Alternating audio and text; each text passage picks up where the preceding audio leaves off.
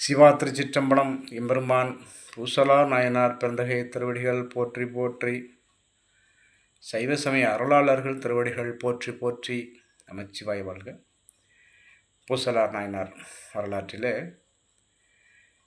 பெரிய புராணத்தின்படி, அதாவது மனது அளவிலே கோயில் கட்டி பல காலம் வாழ்ந்து சிவபதம் அடைந்தார் என்று குறிப்பிடப்படுகிறது. சரி, அந்த காடவ மன்னன் கட்டிய கோயில் எது? அதுதான் கைலாசநாதர் திருக்கோயில். காஞ்சிபுரத்திலே இன்றளவும் இருக்கிறது. சரிங்களா? அது இப்பொழுது பெரும்பாலும் சுற்றுலா தலம் போல் ஆகிவிட்டது. மிகுந்த கலைநுட்பம், மிகுந்த பொருட்செலவு. சிவ தொல்லியல் துறை கட்டுப்பாட்டில் கூட இருக்கலாம் என்று கருதுகிறோம். நமச்சிவாய உலகத்திலேயே, அதாவது எல்லோருடைய வணக்கம் வழிபாட்டுக்கு உட்பட்டு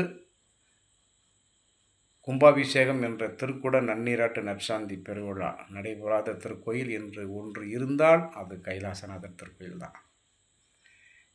ஏனெனில் அதற்கு கும்பாபிஷேகம் நடத்த முடியாது, நடத்தக்கூடாதுன்னு இல்லை. அது ஒரு மரபு.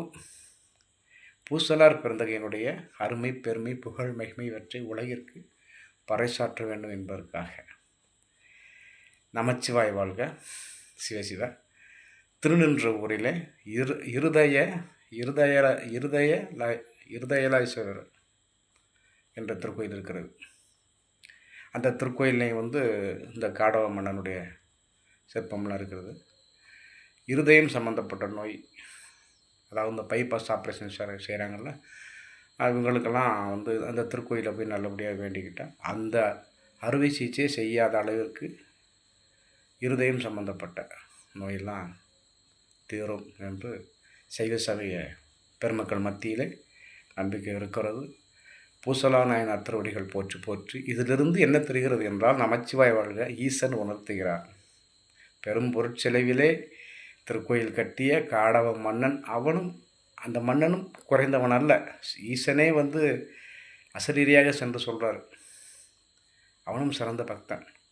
ஆனால் மனதளவிலே அந்த திண்ணம், இந்த ஒருமைப்பாடு, அந்த எண்ண ஓர்மை, உறுதிப்பாடு, இதுதான். ஆகையினால் நமச்சிவாய வாழ்க. நம்மளால் முடியாதது என்று எதுவும் இல்லை. தோல்வி என்று ஒன்று இல்லை. தோல்வி என்பது ஒத்தி போடப்பட்ட வெற்றி. இதுதான் சான்றோர் வாக்கு. நமச்சிவாய வாழ்க. அந்த வகையிலே எம்பெருமான் பூசலார் நாயனார் பற்றி சிந்திக்க நேரம் ஒதுக்கி கொடுத்த ஈசனுக்கு நன்றி. திருச்சிற்றம்பலம்.